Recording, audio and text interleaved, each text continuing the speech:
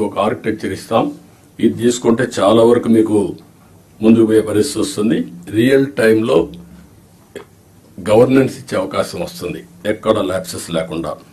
రెండోది, కొన్ని మీరు మంచిని చెప్పడం, ప్రజల్ని ఎడ్యుకేట్ చేయడం. చెడు వచ్చినప్పుడు అది వాస్తవాన్ని తెలిసినప్పుడు మీరు కరెక్ట్ గా సాక్ష్యాధారాలతో సహా చెప్పాల్సిన బాధ్యత జిల్లా అడ్మినిస్ట్రేషన్ ఉంది. Over period of time government లో ఒక ఐఎండ్పిఆర్ క్రియేట్ చేసుకున్నాం మనం. What for? ఒక అడ్మినిస్ట్రేషన్ లో ఎక్కడికక్కడ చేసి తప్పులు గాని వచ్చినప్పుడు దాన్ని కరెక్ట్ చేయడానికి ఇన్ఫర్మేషన్ బ్రాడ్కాస్టింగ్ పెట్టుకున్నాం. ఇప్పుడు కూడా జిల్లాలో వింగ్స్ ఉన్నాయి.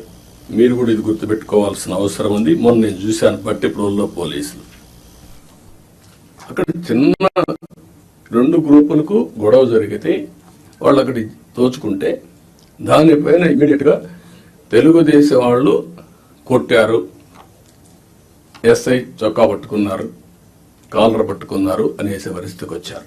మీరు చూడండి ఎంత క్లియర్ గా.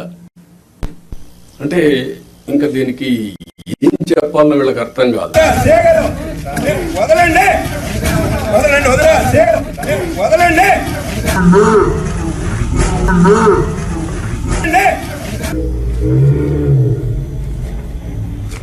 వదలమని అడుగుతున్నాడు.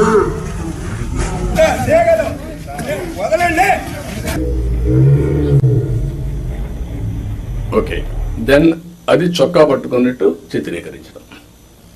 అది రైట్ టైంలో చెప్పకపోతే ఇప్పుడు కొంత ఫేక్ ఫెలోస్ అంతా వచ్చేసి సోషల్ మీడియాని మిస్యూజ్ చేసి ఇష్టానుసారంగా ఇలాంటి వేసే పరిస్థితికి వచ్చారు.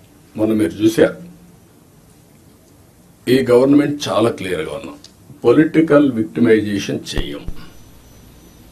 అదే సమయంలో తప్పు చేసిన వాడిని మాత్రం వదిలిపెట్టాం. And I very clear on that. మళ్లీ జీవితంలో తప్పులు చేయాలంటే భయపడాలి ప్రజాస్వామ్యంలో.